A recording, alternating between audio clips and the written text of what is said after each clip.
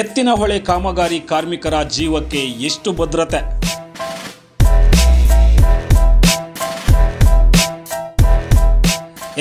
ಅಭಿವೃದ್ಧಿ ಕಾಮಗಾರಿಗಳ ಹಿಂದೆ ಕಾರ್ಮಿಕರ ಶ್ರಮ ಅಡಗಿರುತ್ತದೆ.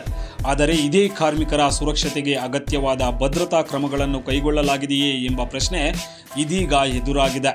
ತುಮಕೂರು ಜಿಲ್ಲೆ ಕೊರಟಗೆರೆ ತಾಲೂಕಿನ ತಣ್ಣೇನಹಳ್ಳಿ ಸಮೀಪ ಕಾರ್ಮಿಕರು ಜೀವದ ಹಂಗು ತೊರೆದು ಎತ್ತಿನಹೊಳೆ ಯೋಜನೆಯ ಕಾಮಗಾರಿಯಲ್ಲಿ ತೊಡಗಿರುವ ದೃಶ್ಯ ಆತಂಕ ಮೂಡಿಸಿವೆ.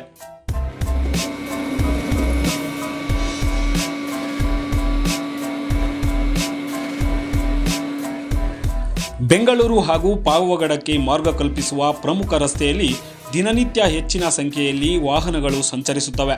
ಹೀಗಾಗಿ ವಾಹನ ಸಂಚಾರಕ್ಕೆ ಅಡಚಣೆಯಾಗದಂತೆ ರಸ್ತೆಗೆ ಅಡ್ಡಲಾಗಿ ಎತ್ತಿನಹೊಳೆ ಯೋಜನೆಯ ಪೈಪ್ಲೈನ್ ಅಳವಡಿಸುವ ಕಾಮಗಾರಿ ಕೈಗೊಳ್ಳಲಾಗಿದೆ. ರಸ್ತೆಯ ಕೆಳಭಾಗದಲ್ಲಿ ಸುರಂಗ ಮಾರ್ಗ ನಿರ್ಮಿಸಿ ಅದರ ಮೂಲಕ ಪೈಪ್ಲೈನ್ ಅಳವಡಿಸುವ ಕಾಮಗಾರಿಯನ್ನು ಕಾರ್ಮಿಕರು ಮಾಡುತ್ತಿದ್ದಾರೆ. ಆದರೆ ಅದೇ ಸುರಂಗದೊಳಗೆ ಕೆಲಸ ಮಾಡುತ್ತಿರುವ ಕಾರ್ಮಿಕರ ಪರಿಸ್ಥಿತಿ ಮಾತ್ರ ಆತಂಕಕಾರಿಯಾಗಿದೆ. ಕಿರಿದಾದ ಸುರಂಗದೊಳಗೆ ಉಸಿರಾಡಲು ತೊಂದರೆಯಾಗುವಂತಹ ಪರಿಸ್ಥಿತಿಯಲ್ಲಿ ಕಾರ್ಮಿಕರು ಕೆಲಸ ಮಾಡುತ್ತಿದ್ದಾರೆ. ಕಾರ್ಮಿಕರ ಸುರಕ್ಷತೆಗಾಗಿ ಸುರಂಗದೊಳಗೆ ಸಮರ್ಪಕ ಗಾಳಿ ಸಂಚಾರದ ವ್ಯವಸ್ಥೆ ಇದೆಯೇ?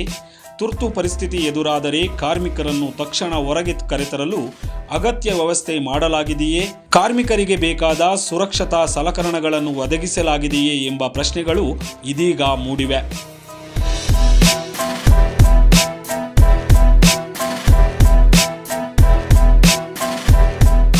ಇನ್ನು ಅಭಿವೃದ್ಧಿ ಕಾಮಗಾರಿ ಎಷ್ಟು ಮುಖ್ಯವೋ ಅದರಲ್ಲಿ ದುಡಿಯುವ ಕಾರ್ಮಿಕರ ಜೀವವೂ ಅಷ್ಟೇ ಮುಖ್ಯ.